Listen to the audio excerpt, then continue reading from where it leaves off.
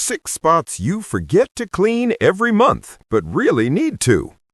Most of us clean our homes regularly. We vacuum, we dust, we wipe down counters.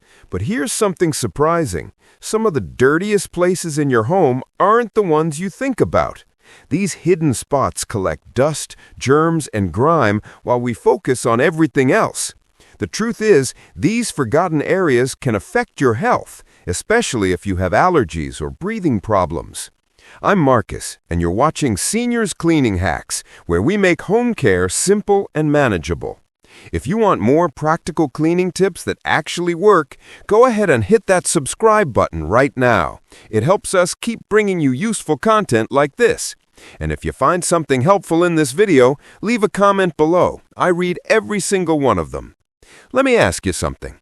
When was the last time you cleaned your ceiling fan blades or the lid of your trash can? These places hide in plain sight, and we walk past them every single day without giving them a second thought. But cleaning them just once a month can make a real difference in how fresh and healthy your home feels. According to cleaning professionals who do this work every single day, there are 6 specific areas that most people overlook completely. These aren't complicated or hard-to-reach spots. They're things we use and see all the time, but because they don't look obviously dirty, we forget about them. The problem with forgetting these spots is the dirt and germs don't just disappear. They build up slowly over time, and before you know it, these areas become breeding grounds for bacteria, dust, and odors. The good news is that fixing this problem doesn't take much time or effort. Just a monthly cleaning routine for these 6 spots can transform your living space. So let's go through each one. I'll explain why these spots matter, what happens when we ignore them, and exactly how to clean them properly. Spot number 1. Ceiling fan blades. Let's start at the top, literally. Your ceiling fan blades are dust magnets. Every single day, a thin layer of dust settles on top of them. You might not notice it because you're looking up from below, and the bottoms of the blades look fine. But here's what's really happening. According to Olivia Chen, owner of Fresh Start Cleaning Services, bedroom ceiling fans are particularly bad. She makes these a priority during monthly deep cleans for her clients. Every time you turn that fan on, all that dust doesn't just sit there quietly, Chen explains. It gets thrown into the air and scatters all over your bedroom. It lands on your pillows, your sheets, and every surface in the room. Think about that for a second. You're breathing that dust in while you sleep. If you have allergies, asthma, or any breathing issues, this becomes a real problem. Even if you don't have these conditions, breathing dusty air isn't good for anyone. The fix is actually pretty simple. Once a month, grab a microfiber cloth. These cloths are better than regular rags because they trap dust instead of just pushing it around. Turn off your fan, get a step stool if you need one, and wipe each blade carefully on both sides. You can do this dry, or you can slightly dampen the cloth with water. Just make sure you wipe in one direction, from the base of the blade toward the tip. This keeps the dust from flying everywhere. The whole job takes maybe 5 minutes, but the air quality improvement in your room will be noticeable. And here's a bonus tip. If the blades are really dusty, you can use a pillowcase as a cleaning tool. Slide the pillowcase over each blade, then pull it back while pressing gently. The dust gets trapped inside the pillowcase instead of falling all over your floor. Spot number 2, your cleaning tools. This one sounds obvious once you hear it, but how many of us actually do it? We use our cleaning tools to clean everything else, but we forget to clean the tools themselves. Jennifer Brooks, founder and head of Clear Home Solutions and Tidy Up Today, says this is one of the biggest mistakes people make. Your mops, your sponges, your scrub brushes, if they're dirty, you're not really cleaning anything. You're just moving grime from one spot to another, she points out. Think about your kitchen sponge. You use it to wipe down counters, clean dishes, and scrub the sink. After a few days, that sponge is full of food particles, soap scum, and bacteria. When you use it again without cleaning it, you're spreading all that bacteria back onto your dishes and counters. The same goes for mop heads. You clean your floors with them, but where does all that dirt go? It stays in the mop fibers. Next time you mop, you're essentially painting your floor with dirty water. So here's what you need to do monthly. First, take a good look at all your cleaning tools.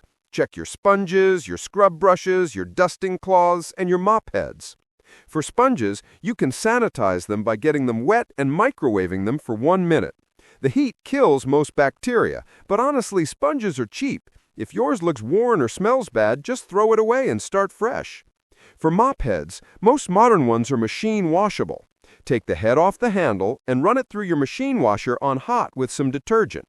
Let it air dry completely before using it again. If you have an old-fashioned string mop, you can soak it in hot water with a cup of white vinegar for 30 minutes, then rinse it well. Microfiber cloths should also go through the machine washing regularly. Don't use fabric softener on them, though. It actually reduces their ability to pick up dust and dirt. Scrub brushes can be cleaned with hot soapy water. Fill your sink with hot water, add dish soap, and let the brushes soak for 15 minutes. Then rinse them under running water and let them dry. And here's the important part.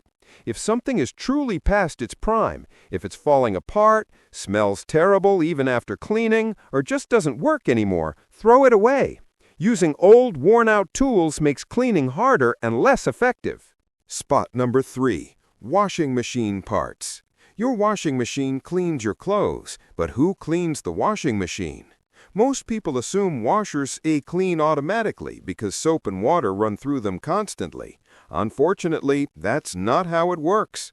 Rachel Morrison, president and director of EcoClean Products Company, says the detergent drawer and rubber door seals get surprisingly filthy.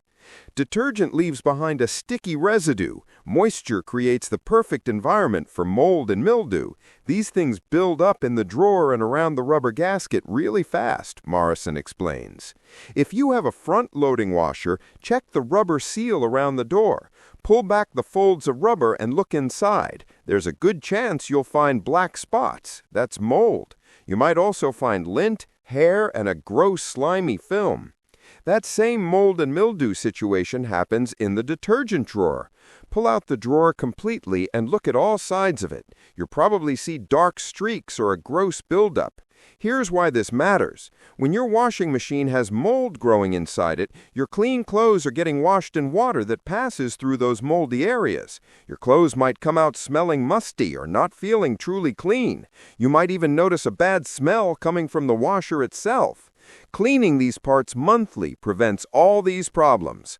For the rubber seal, spray it with a mixture of equal parts white vinegar and water. Let it sit for 5 minutes, then wipe it down with a cloth, making sure to get into all the folds. You can use an old toothbrush for the tight spots. For the detergent drawer, pull it out completely. There's usually a button or tab you press to release it. Wash it thoroughly under hot running water with dish soap. Use an old toothbrush to scrub away any buildup in the corners. While you have the drawer out, look at the compartment where it sits. That area gets dirty too. Wipe it out with a damp cloth. Do this once a month, and your washer will stay fresh and clean. Your clothes will smell better, and the machine itself will last longer. Spot number 4. Trash can lids. Nobody thinks about cleaning the trash can lid. After all, the garbage goes inside a liner bag, right? The can itself shouldn't get dirty. But Chen says trash can lids are actually one of the most overlooked spots in any home. And it's not just the lid. It's also the rim of the can, right under where the liner sits. I've seen some really gross things when I lift up a trash bag. Sticky spills that drip down the sides. Food waste that somehow got under the liner. Sometimes there's actual rotting food stuck to the inside rim. Over time, all that turns into terrible odors and becomes a home for bacteria. Even if you change your trash bag every week, residue still accumulates. Maybe a bag leaked. Maybe something sticky was on the outside of a food package. Maybe juice dripped when you threw something away. All of that ends up on the lid or the rim. And because we don't look at these areas closely, they get worse and worse. Eventually, your trash can smells bad even when it has a fresh bag in it. Flies and other pests might be attracted to it. The fix is straightforward but makes a huge difference. Once a month, take the whole trash can outside or to your bathtub. Remove the bag and liner completely. Use hot, soapy water and a sponge or brush to scrub the entire inside rim where the liner sits. Don't forget to clean the lid on both sides, the top and the underside.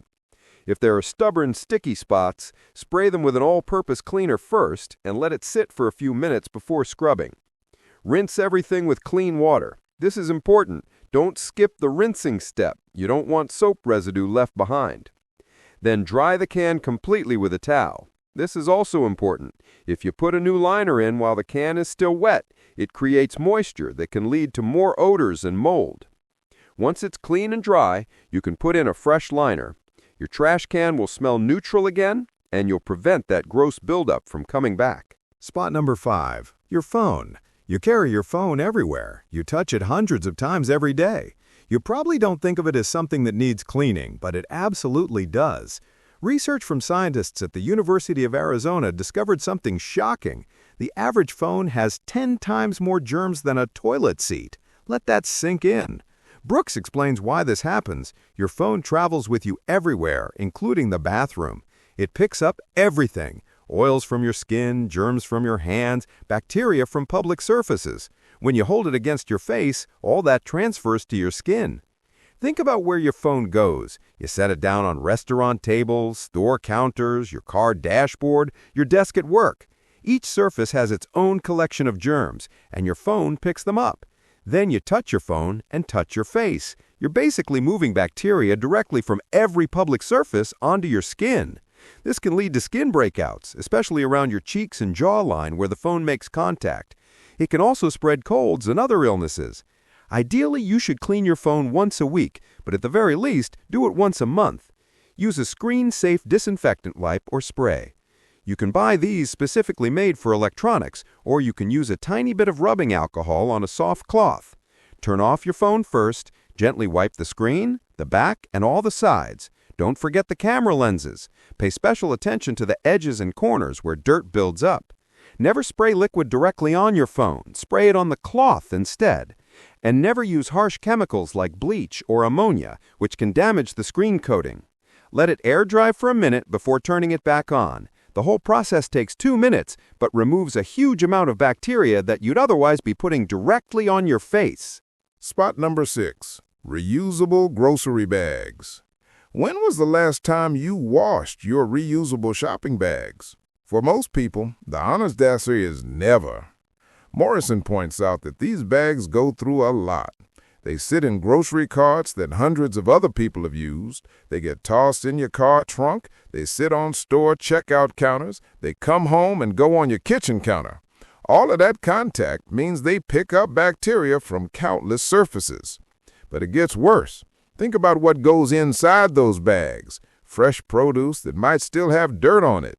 Meat packages that sometimes leak. Frozen items that drip condensation. All of that moisture and residue soaks into the fabric of your bag.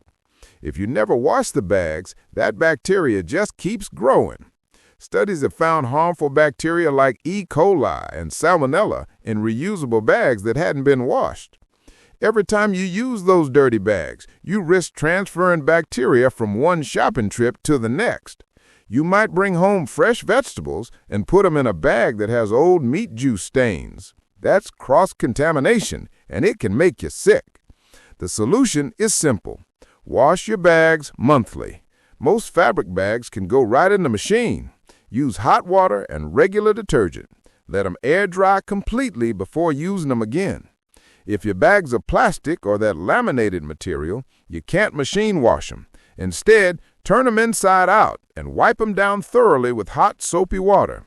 Pay attention to the seams and corners where crumbs and dirt collect. Rinse them well and let them dry completely. Once they're clean and dry, they're ready to use again. This monthly cleaning dramatically reduces the risk of spreading bacteria and keeps your food safer. Wrapping up.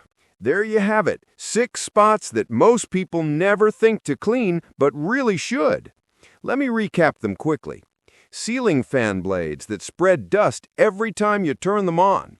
Your cleaning tools that stop working properly when they're dirty. Washing machine parts where mold and mildew love to grow. Trash can lids and rims that harbor bacteria and bad smells. Your phone that collects 10 times more germs than a toilet.